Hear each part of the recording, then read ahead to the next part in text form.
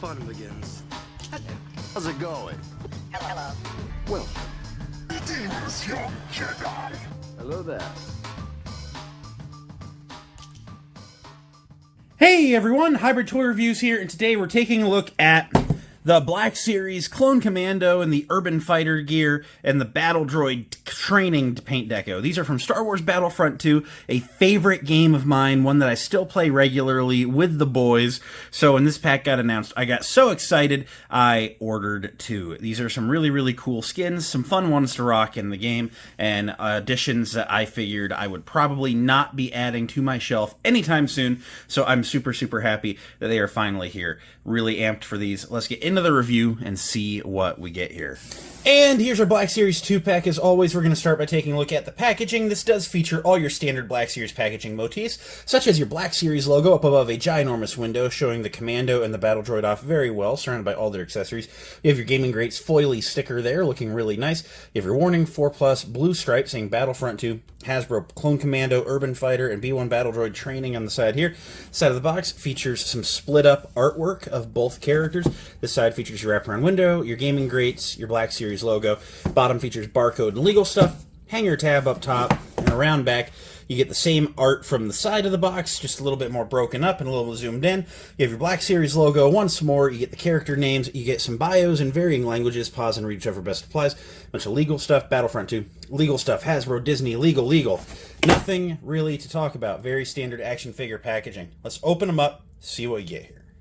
So here we have the Urban Camo Commando to the left and the Training Deco Battle Droid on the right, and of course they look really cool. They are cool skins from in the game. We're going to start by taking a look at the accessories, see how well they represent their in-game counterparts. It's kind of fun that they break down basically to have the same accessories. So the Commando features his backpack, which is the same Commando backpack we've seen a number of times in the line. It is in a kind of, it's not quite lime, but it's like a lighter, you know, it's a little bit more of a woodsy, planty than lime, but it's a very light kind of green. Like a khaki green? Yeah, that sounds right. And then it's got some white deco on it with some of the kind of like darker orangey red stripes. It just looks really, really good. And a little gray on the control box there. Has the T-shaped plug on the back, and it spears into the back of the figure like so. Nice, secure fit. Love to see that. And then the Commando droid comes with, or the Clone Commando comes with the standard Clone Commando blaster in a dark gray, basically black, but not quite black. There's a little bit of a gray hue to it, but we've seen this blaster a number of times before. Very, very well sculpted. Always happy to see it. And then the Battle Droid comes with the standard Battle Droid blaster. Seen this one a number of times before. Has that little nub in on the side where it can stow into the side of the backpack, which is cool. The backpack is in a white, like almost white, but it seems to have just a hue of gray to it. Backpack looks really cool. Has some of these dark yellow targets painted into it. Has the extendable backpack antennas, like so. Oh, that one just pulled all the way out. I've never actually done that with a Black Series Battle Droid backpack ever. I figured there's a stopper in there, and that one just pulled out. That was neat. But features the two pegs where it mounts into the back of the Battle Droid. Battle Droids always have something going on back there, so you'll probably never take it out.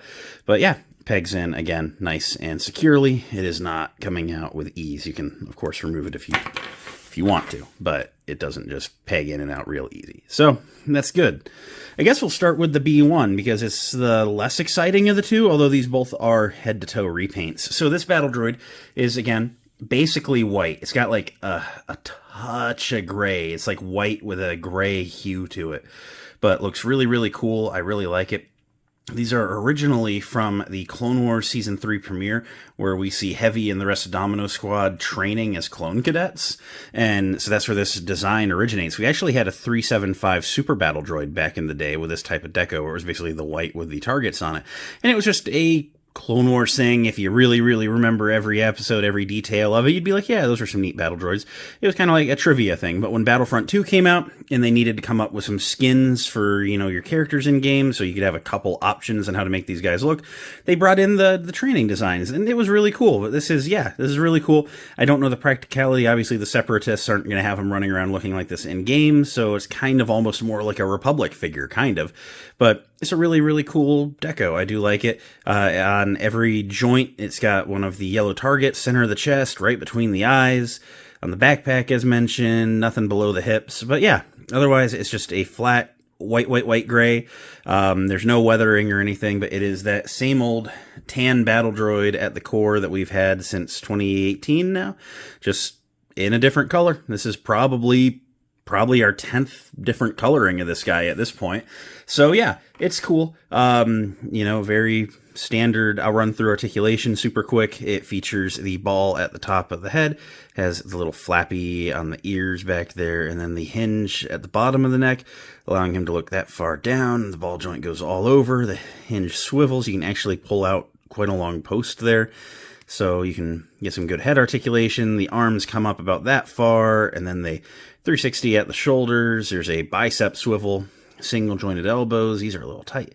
They go past 90, and then there's a forearm swivel, and then a swivel at the wrist. Both wrists hinge in and out.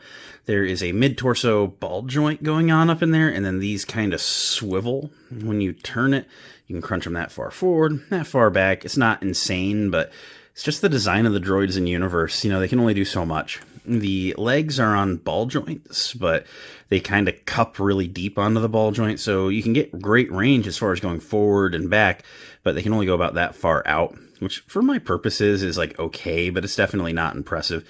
There's a little bit of pivot up there. There's no thigh cut, which who cares?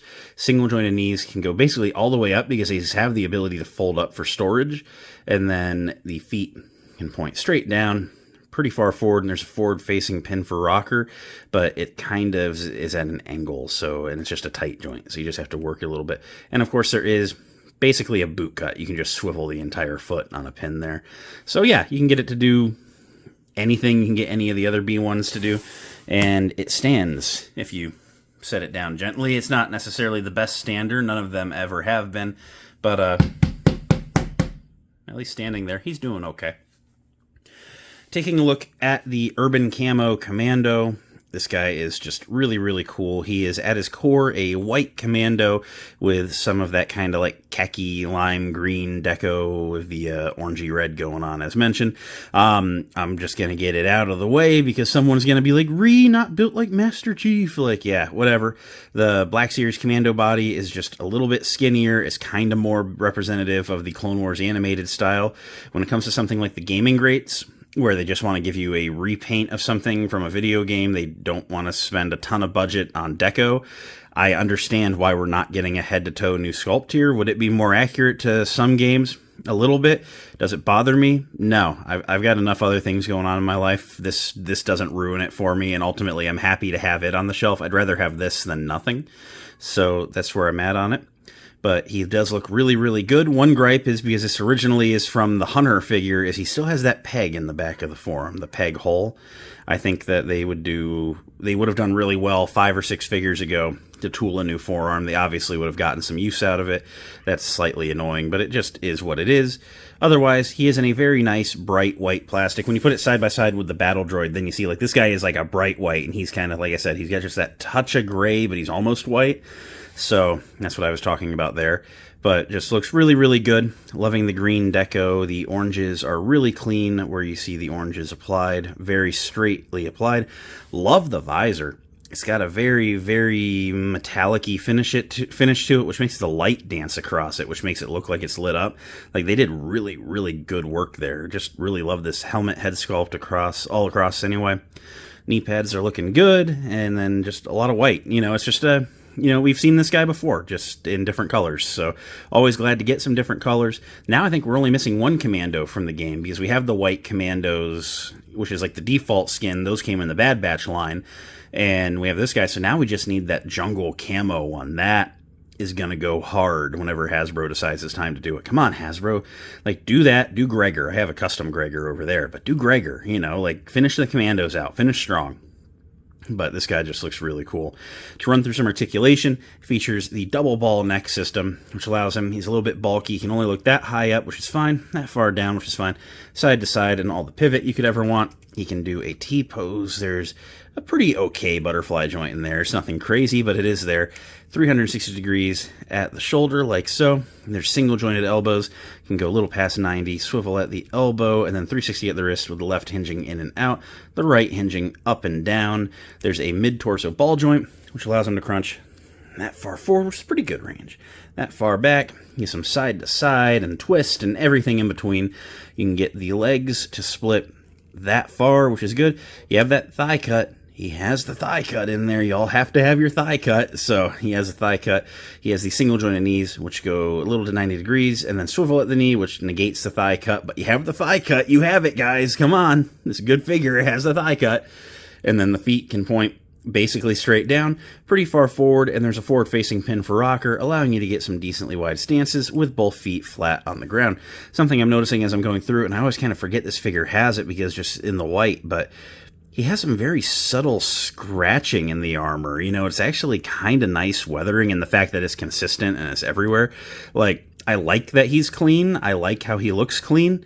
But if you ever gave this guy a dark wash, like, there's some really good scratches that are in it. Like, you would have a pretty good time, you know, giving him a dark wash. I think he would look really good that way. Maybe I'll do it on one of my other ones. But doing some comparisons, we don't really have that many Battlefront troopers. Here we have the Umbra ARF Trooper. This was a GameStop Gaming Greats exclusive back in the day, one of the best-selling ones, and the argument I've always made as to why we should be getting more Battlefront 2 ones, because they couldn't keep them on the shelf for the longest time. I didn't bring them down, but we also did get the 501st Jetpack Clone Trooper, just the jump trooper from in the game. That was labeled as Battlefront 2. He was also in the Clone Wars. And then here we have the brand new Commando droid, hence why I kept trying to say Commando droid when I was talking about the Clone Commando. It's just how it was. Here is a Imperial Stormtrooper, the 2020 mold, just to give you an idea of standard height, because that is 6 inches. The Commando is just a smidge taller. And then here they are next to a AliExpress 212th ARF Trooper, because why not? That means he was by the table. So at the end of the day, what do I think of the Republic Commando and the Urban Camo and then the Training Battle Droid from Battlefront 2?